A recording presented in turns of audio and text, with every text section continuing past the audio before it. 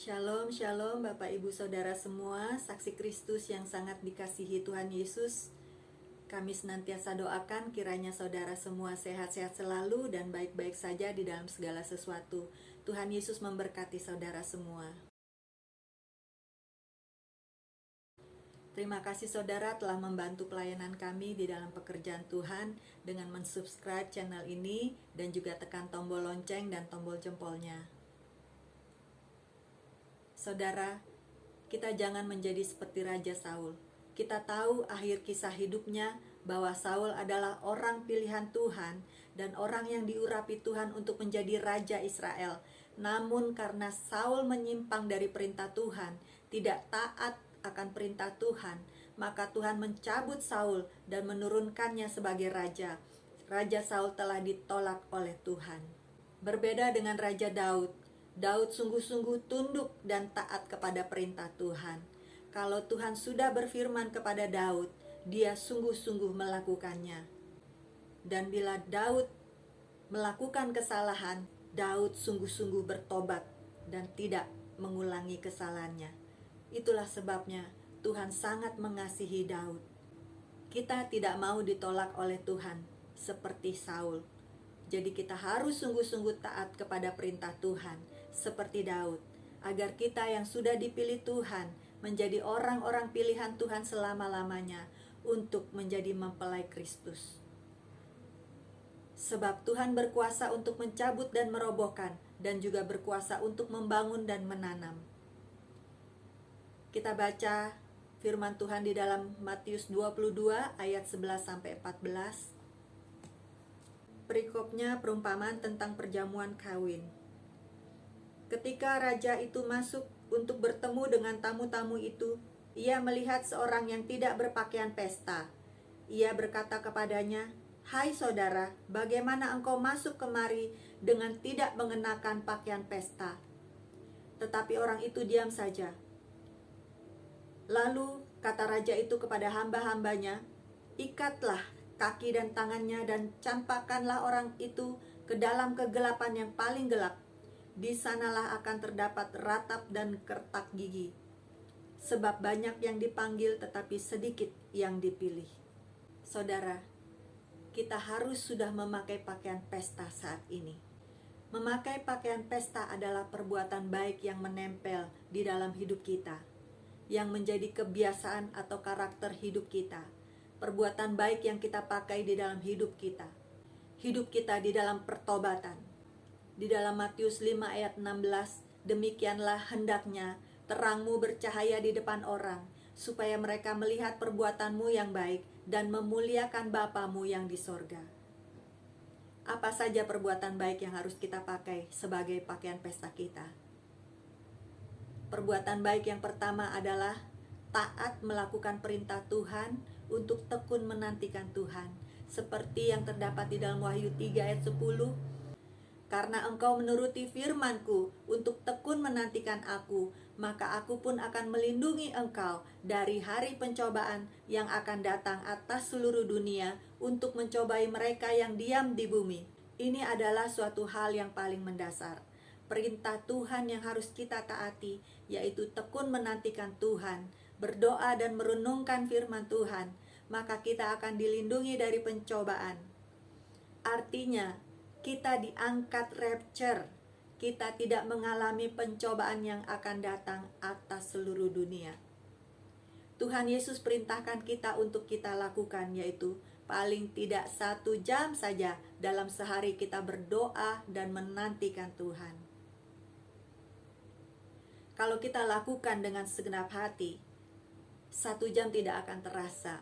Sama halnya seperti pada masa pacaran, 1 jam ngobrol itu seperti 1 menit. Saat ini adalah masa-masa kita dengan Kristus, adalah masa-masa pacaran.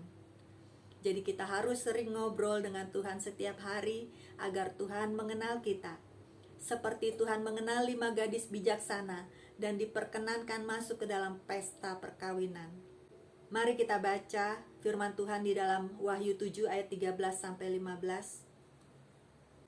"Dan seorang dari antara tua-tua itu berkata kepadaku, Siapakah mereka yang memakai jubah putih itu, dan dari manakah mereka datang? Maka kataku kepadanya, Tuanku, Tuhan mengetahuinya. Lalu ia berkata kepadaku, mereka ini adalah orang-orang yang keluar dari kesusahan yang besar, dan mereka telah mencuci jubah mereka, dan membuatnya putih di dalam darah anak domba.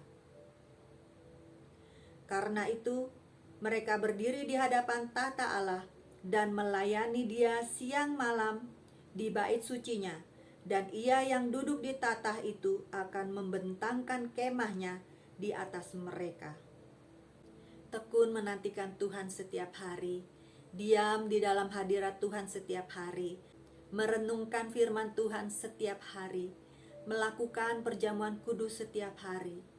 Itu tandanya kita mencuci pakaian kita agar senantiasa putih bersih di dalam darah anak domba. Mereka inilah yang memakai jubah putih. Kemudian keluar dari kesusahan besar, artinya tidak masuk ke dalam kesusahan besar. Kalau kita keluar, artinya kita tidak masuk. Berarti kita tidak mengalami kesusahan besar. Artinya diangkat rapture. Mereka inilah yang keluar dari kesusahan besar. Kemudian tekun menantikan Tuhan, berdoa dan merenungkan firman Tuhan siang dan malam. Mereka berdiri di hadapan tahta Allah dan melayani Tuhan siang malam di bait suci Tuhan.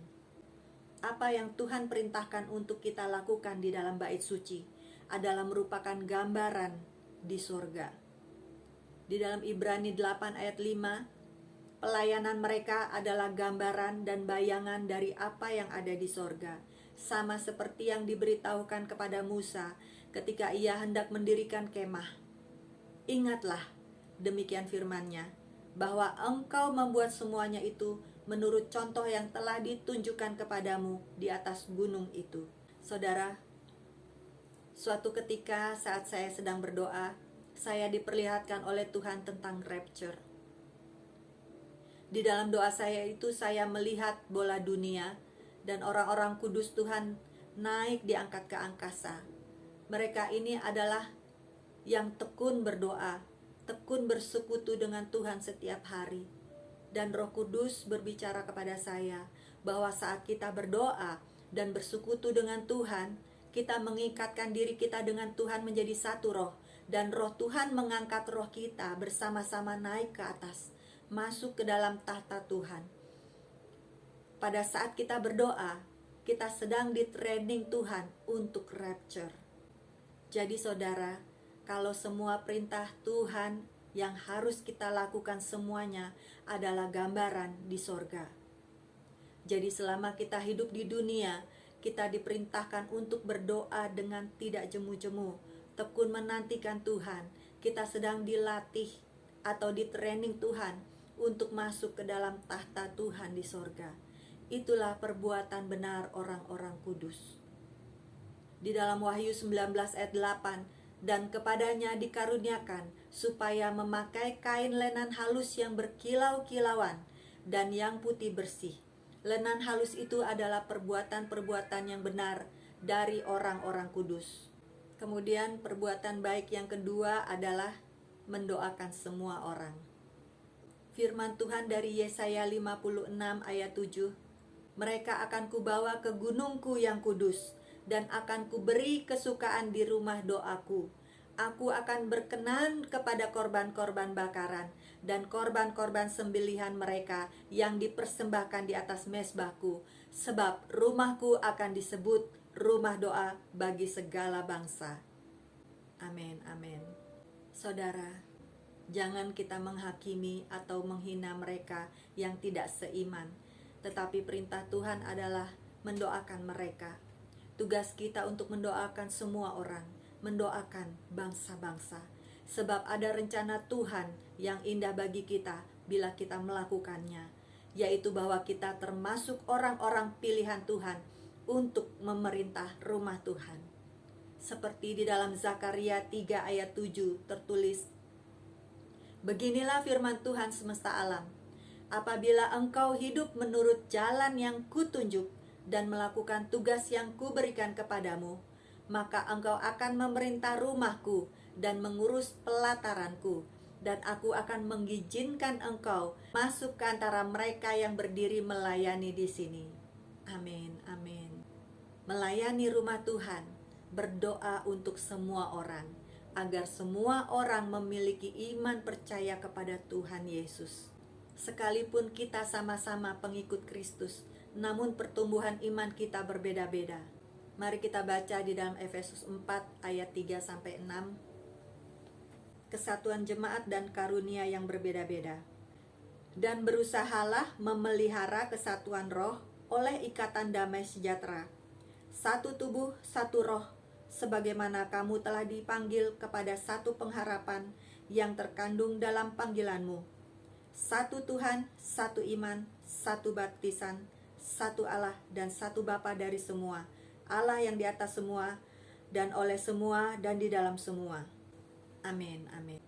Tugas kita sebagai pengikut Kristus adalah kita harus saling menopang dan mendoakan, agar kita kuat berdiri tegak, tidak menjadi lemah atau jatuh, agar kita dapat saling membangun iman kita, agar semakin kuat, memiliki satu iman di dalam satu kesatuan tubuh Kristus.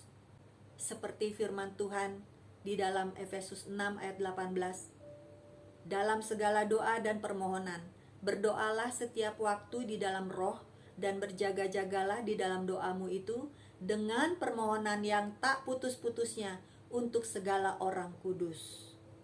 Amin, amin. Mari saudara, berjaga-jagalah senantiasa. Tuhan Yesus memperingatkan kepada para nabinya dan kepada semua orang bahwa Tuhan Yesus segera datang. Dia datang lebih cepat dari yang kita pikirkan. Pergunakanlah kesempatan yang sempit ini untuk senantiasa melakukan perbuatan yang baik. 1 Korintus 15 ayat 58. Karena itu saudara-saudaraku yang kekasih, berdirilah teguh, jangan goyah, dan giatlah selalu dalam pekerjaan Tuhan. Sebab kamu tahu bahwa dalam persekutuan dengan Tuhan, jerih payahmu tidak sia-sia.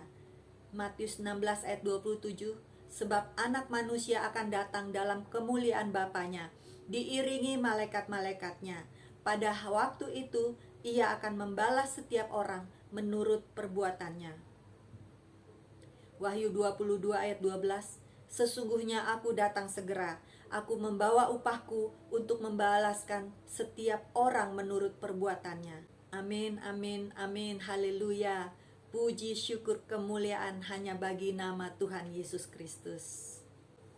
Terima kasih saudara telah menyaksikan kesaksian ini.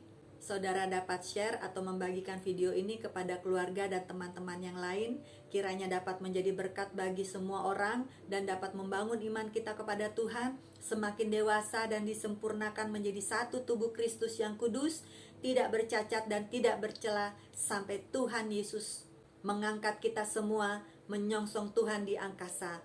Maranatha. Tuhan Yesus memberkati. Immanuel. Shalom.